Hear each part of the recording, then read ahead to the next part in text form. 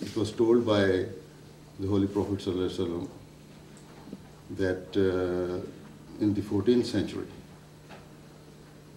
a person will appear who will be the reformer of the age, and will be named as Messiah and Mahdi. And whenever he appears, you just accept him, right? We believe that person who was to come has appeared, and we believe in him. And the other Muslims are still waiting for the person, a reformer, as everybody is waiting for the reformer. Even in every religion, there is a concept of a reformer. Some even Christians are waiting for the second advent of Christ, right? But we believe that all these religions, persons of the people of various religions who are waiting for a person who will reform themselves, everybody has his own belief. We believe that that person has come in the person of Hazrat Mirza Ulama of Qadian, right? That is the only thing, not much difference. Okay. What when we're talking about the way of practicing Islam, I mean this discussion whether Islam laws should be part of policy. Islamic laws should be part of policies? What are the Islamic laws? Can you tell me? You tell me first. What do you think? What are the Islamic laws? You know, sometimes there is Sharia is mentioned as an Islamic law. What?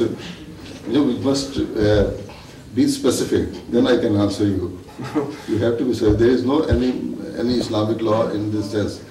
But okay. I mean, when Sharia only tells you, as I have said, that you worship one God and just be caring and be law-abiding and love with each other, with each human being. Love with the creation of Allah. That is the basic theme of the law, of the Holy Book. Other than that, there are some certain interpretations, explanations. So, if you want to be very specific, then I can answer you. Yeah, it has been, we have had controversies here, whether it's a part of Islam to kill women with stones, you know. Islam does not allow by any means any force. It is written in the Holy Book, the Holy Quran, La ikraha fid din. There is no compulsion in the religion.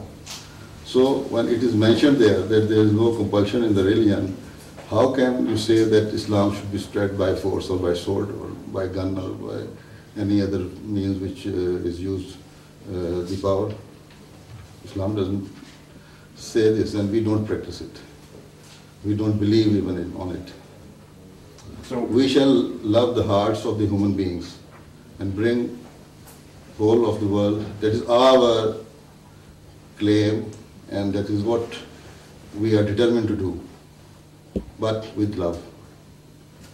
That is our slogan: love for all, hatred for none. And we shall win even your heart. I will win, inshallah, one day.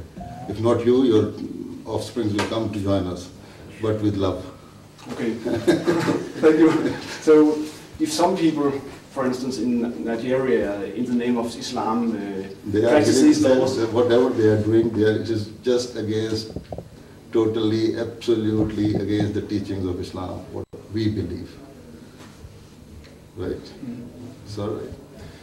And your way of Islam, when we talk about the future, do you feel that you are getting a more important role in this Islamic world, or are you a minority in the future as well? Yes. Now, what do you as I have said, already said, that we shall win the hearts of every person with love. And that is our main objective, main claim. And we are determined to do this, as I already said. So, although our progress is not as fast as it should be, but we are progressing. Some few years back, we were only in some 50 countries of the world.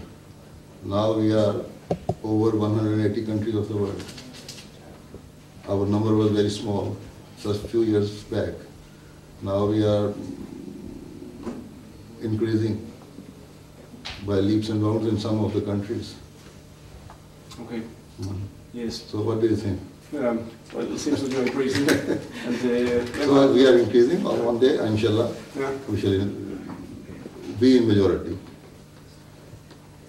Right? Yeah. And the last question, could you... Yes. I mean, in Denmark we don't have any caliphs, so how will you describe your position? Denmark? I mean, caliph is not a well-known yes. profession in Denmark, if I can call it that. No, it's a spiritual leadership. If, again, you are going to have a caliph in each and every country of the world, then there cannot be unity. There cannot be uniformity. So caliph should be one, who will be a spiritual leader, right? And the whole world who have accepted that teaching, that is the teaching of Ahmadiyya, or the true Islam, will all follow the same one caliph all over the world. So if there are different caliphs in each country, there will be mess, as it has been happening here. Because one leadership is the only solution of unity. And Ahmadi believed on this, that there is one leadership and we all accept that leadership. Okay. Thank you. Thank you. 2 minutes are